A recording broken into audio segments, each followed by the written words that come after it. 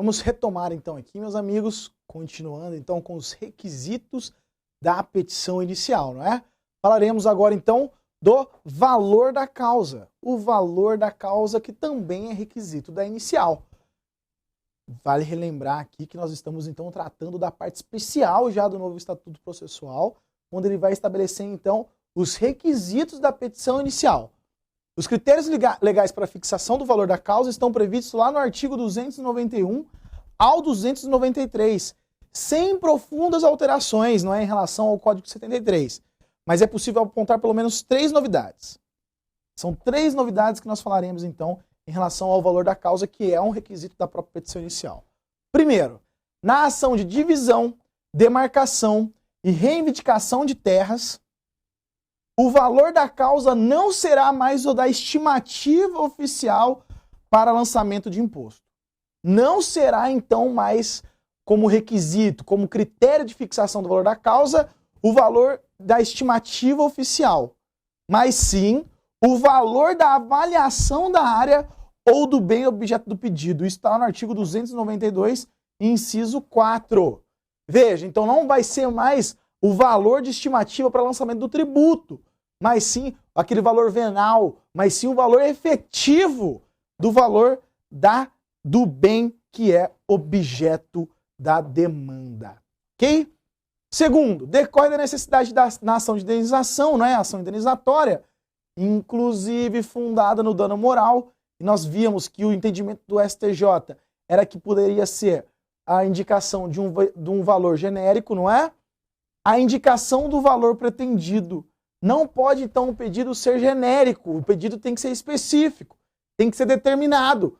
Isso, então, quando for baseado em ação indenizatória, mesmo que em dano moral, há necessidade de indicação do valor pretendido. O valor tem que ser, então, determinado. Isso está lá no artigo 292, inciso 5, altera o entendimento do próprio STJ. Terceira alteração em relação ao valor da causa, encontra-se a possibilidade prevista na lei de o juiz de ofício ou por arbitramento, não é? Corrigir o valor da causa quando verificar que não corresponde o conteúdo patrimonial em discussão ou proveito econômico perseguido, sem prejuízo do próprio réu impugnar em preliminar de contestação. Vejam, são 2 situações aqui extremamente importantes. O juiz, ele pode, de imediato, verificar que aquele pedido formulado pelo autor não corresponde à realidade, que na verdade o valor, o que ele iria oferir, o proveito econômico que ele teria seria muito superior. O juiz ele pode de imediato então determinar então a correção do valor da causa. Pode, inclusive, isso sem prejuízo de que o réu ele impugne o valor da causa, mas não mediante exceção de impugnação ao valor da causa. Ele vai fazer isso na própria contestação em sede de preliminar. Portanto, antes do réu se manifestar em relação ao mérito da demanda, ele vai criar um tópico. Nesse tópico, ele vai então impugnar o valor da causa. Pode o juiz fazer isso de ofício, né? Então celebrando por arbitramento o valor da própria causa, ou pode então, por provocação do réu, que vai impugnar o valor da causa em sede de preliminar na própria contestação. Não terá um procedimento autônomo, não é? Então não será um procedimento autônomo independente que vai contestar, que vai impugnar o valor da causa. Isso vai realizar em sede de própria preliminar na contestação. Isso é o que está estabelecido no artigo 292, parágrafo 3º e 293 no novo CPC. Essas são as 3 principais alterações que nós vemos a princípio em relação ao valor da causa. Provas. Nós falaremos de forma específica sobre provas, não é? Aqui nós estamos meramente indicando a necessidade de realização de pedido de provas como um requisito da inicial. Mantida entre os requisitos da petição inicial a indicação das provas com que o autor pretende demonstrar a verdade dos fatos. Isso está lá no artigo 319, inciso 6º. Não restando vedada o protesto genérico de todas as provas em direito admitidas, né, como hoje já é feito. Então pode o próprio autor colocar como cláusula geral, lá na petição inicial ao final, dizendo que vai se utilizar de todas as provas em direito admitidas, portanto, provas legítimas e provas constitucionais, provas lícitas e legítimas, não é? Todas essas provas admitidas em direito pode ser solicitada, então, pelo autor como uma cláusula geral, uma cláusula genérica na própria petição inicial. Ele não precisa especificar de forma pormenorizada, ok? Audiência de conciliação e mediação. Audiência de conciliação e mediação. Não mais existe como requisito da inicial o requerimento para a citação do réu. Isso não faz parte mais da própria petição inicial. Não é necessário que o autor requeira a citação do réu, inclusive para querendo apresentar sua defesa ou querendo promover alguma proposta de conciliação. Isso não é mais requisito que estava previsto lá no artigo 282, inciso 7º do Código de 73. Presentes todos os demais requisitos, será então a inicial deferida e o juiz determinará a citação do réu. Portanto, é o juiz que vai determinar a citação do réu, independentemente da existência ou não de um requerimento da parte autora em relação à citação do réu. Portanto, agora a citação decorre de ato de ofício do magistrado. É o juiz que determina a citação e isso independe da presença ou da ausência do requerimento do autor para se realizar a citação do próprio réu, ok? Poderá o autor requerer citação do réu de forma diversa da regra geral. Vejam, o que nós estávamos dizendo era o seguinte: em relação às pessoas jurídicas, a regra geral de citação e comunicação dos atos vai se dar por meio eletrônico, citação eletrônica. Entretanto, para as pessoas físicas, a princípio, a regra geral é que as comunicações dos atos processuais se dê de forma ainda pelo correio. Mas o pedido pode ser feito de outra forma. Pode o autor solicitar que a comunicação do ato processual não se dê pelo correio. Entretanto, ele deve justificar essa modificação. Ele deve determinar que, na verdade, na localidade em que a pessoa se encontra residindo ou domiciliando, há uma dificuldade de prestação de serviços de correio e, portanto, é necessário que ali seja feita a citação ou a própria intimação mediante oficial de justiça. Nessa situação, portanto, ele deve justificar o ato. Ele deve indicar por que ele quer alterar a regra geral da citação. Lembrando que para pessoas jurídicas a regra vai ser, então, a citação por meio eletrônico, né, como nós já havíamos colocado aqui. Fica excluído o requisito do pedido da citação, foi incluído o requisito da opção do autor pela realização ou não de audiência de conciliação e mediação. Isso está no artigo 319, inciso 7. Então, o que acontece? O autor excluiu o Estatuto Processual, excluiu como requisito da inicial a necessidade de citação do réu. Entretanto, incluiu como requisito a necessidade de determinar o pedido de audiência de conciliação ou mediação, não é? Lembrando a distinção entre essas duas hipóteses, não é? A conciliação, o conciliador, ele vai tentar propor uma solução num conflito onde as partes elas não têm uma relação anterior. Já na mediação já existe essa relação entre as partes. O mediador ele vai tentar reaproximar, tentar promover a comunicação entre as partes, não é?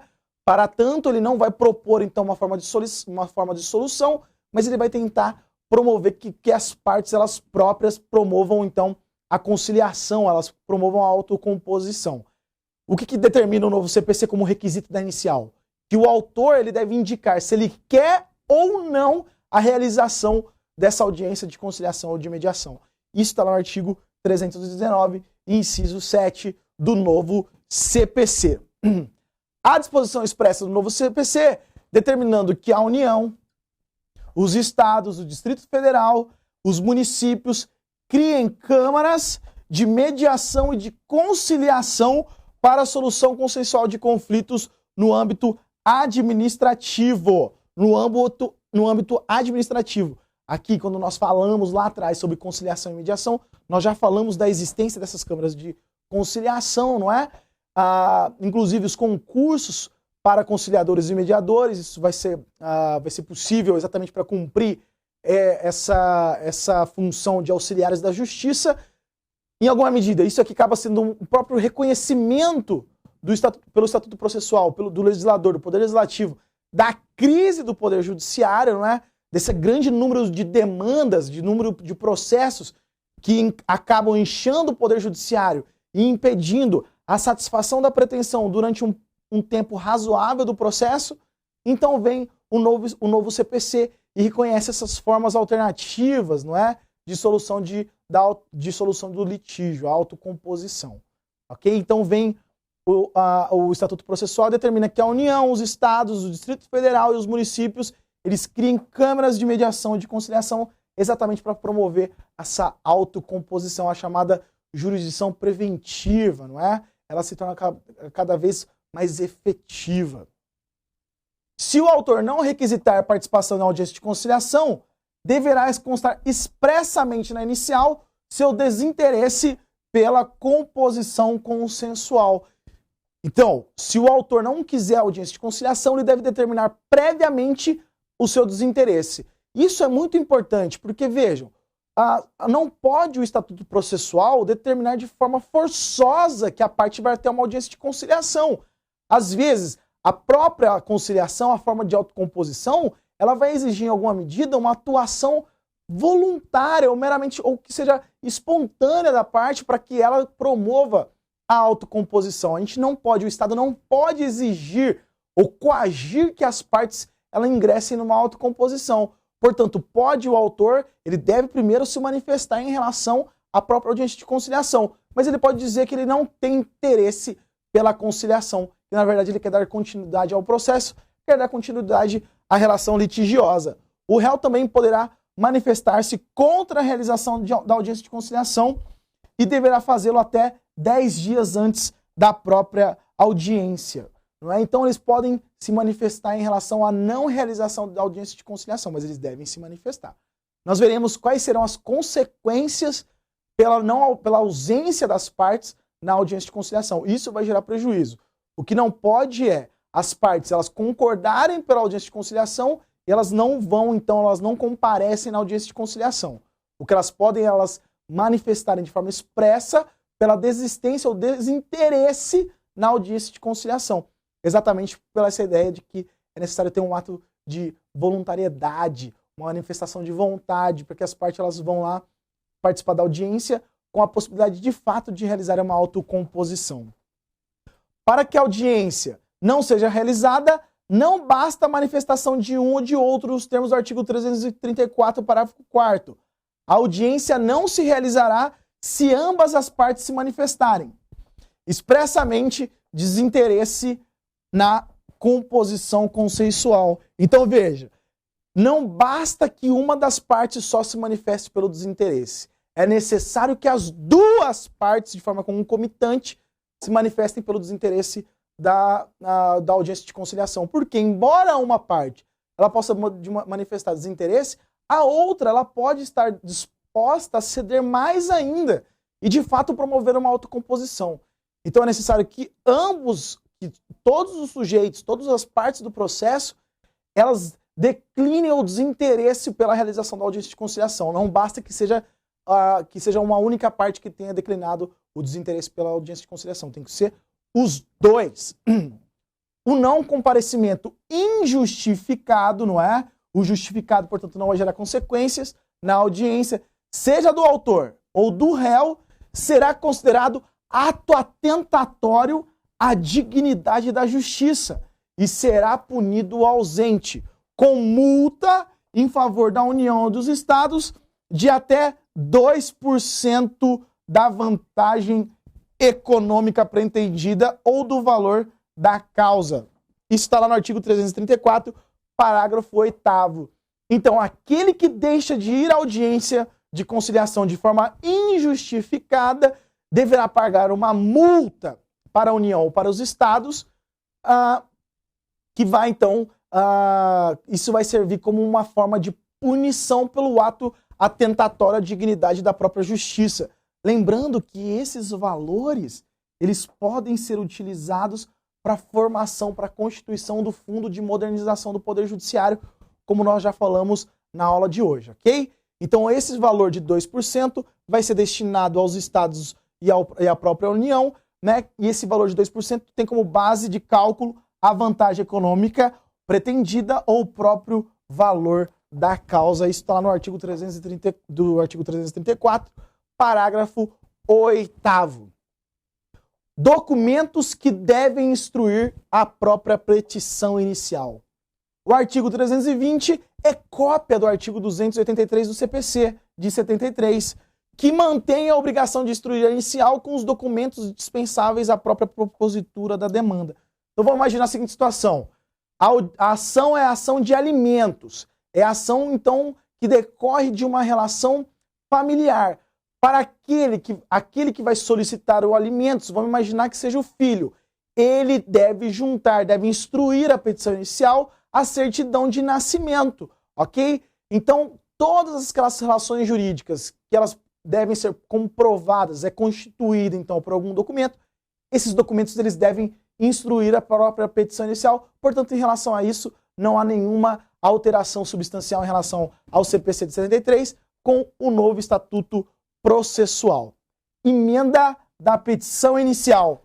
Emendar a inicial continua sendo um direito subjetivo do autor antes de tê-la indeferida. Então, toda vez que houve algum erro de procedimento, houve algum vício na elaboração da petição inicial, portanto, faltando algum desses requisitos que nós comentamos agora há pouco, o juiz, antes mesmo de extinguir ou de indeferir a inicial, não é?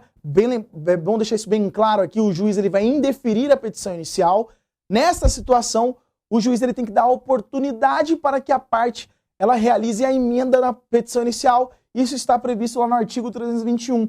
Portanto, ele vai lá, ele vai promover, vai sanar esse vício dentro da petição inicial. Vamos imaginar que lá na qualificação da parte ele não apresente o CPF do autor. O juiz, verificando essa ausência, ele vai determinar que o autor promova a emenda da inicial, sanando esse vício, ok? A novidade está na necessidade do juiz determinar que o autor, no prazo também novo de 15 dias, emende a inicial. Portanto, no prazo de 15 dias, deverá indicar e a mais. Não basta o juiz determinar a emenda da inicial, ele tem que determinar qual é o vício. Isso está relacionado à ideia de fundamentação e motivação da decisão judicial. O juiz não pode mais se utilizar de expressões genéricas, de expressões indeterminadas. Quando ele fizer dessa forma, a decisão será considerada não fundamentada, portanto nula. Isso já é uma decorrência do artigo 93, inciso 9 da própria Constituição Federal e dos novos dispositivos previstos no próprio Código de Processo Civil. Então deve o magistrado fundamentar qual é o ponto que a parte precisa realizar a própria emenda inicial, ok? Então, deverá indicar com precisão o que deve ser corrigido ou complementado, o que naturalmente decorre da imposição constitucional de que a decisão judicial deve ser fundamentada lá no artigo 93, inciso 9 da própria Constituição Federal e outros dispositivos do nosso novo Estatuto Processual Civil. Ok, meus amigos? Em relação aos requisitos da inicial, eram esses os pontos. Nós voltamos daqui a pouquinho para continuar o desenvolvimento do novo CPC. Forte abraço, até daqui a pouco.